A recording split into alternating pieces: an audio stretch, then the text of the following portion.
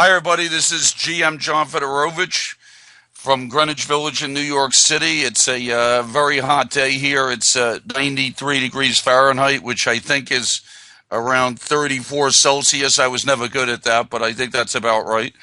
And I'm going to do two games in a day because, well, to tell you the truth, the games were kind of boring. We had Carlsen playing the black pieces against Vasily and starts off with a very, very sharp opening Moscow variation and just fizzles into a draw by repetition.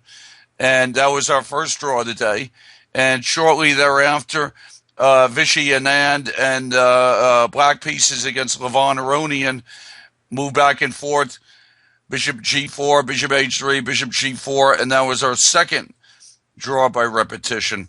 So I'm going to do this game of the day. This will be the first one of two, and this will be Hikaru Nakamura against Alexander Grischuk. Going into the this round 7, Nakamura had a pretty good score, +2, 4 out of 6. Hikaru's been playing really well of late, and I think that if he keeps it up in next year's candidates matches, whenever it is, I think he could be a real contender. And Alexander Grischuk, I think by rating he has a chance to get into the candidates, but here he's on 2 points out of 6, -2, not having a very good tournament, and lost the game. I really don't think he should have lost the game to Magnus Carlsen, but he did. Time pressure always gets the better of him. So Hikaru, White, and Grischuk, let's get this started.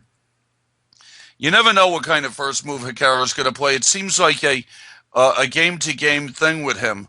And sometimes, and I was talking to Ronan Horsvee about this during the show, and I said to Ronan that and maybe it's not too early for people to be hiding their preparation for the candidates. And Nakamura has already qualified, and Fabiano Caruana has already qualified, and Anand has already qualified. So those three guys, you wonder if they're thinking about that. At this point, that tournament, the candidates next year, for them will be the most important tournament they've ever played in, and I could really see holding back a little bit.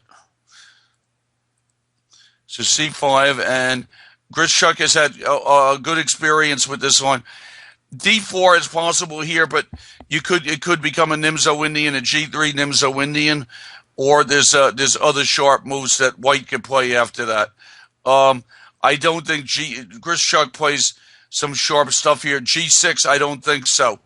Letting White get a nice space advantage in an accelerated dragon would not be what he did. I think I recall some kind of thing like this, and it's possible Queen B6 stuff, Bishop C5.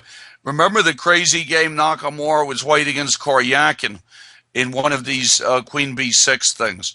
So that was a possibility. But Nakamura today just seemed content to, I mean, he's having a good tournament. I don't think he's going to catch Topalov.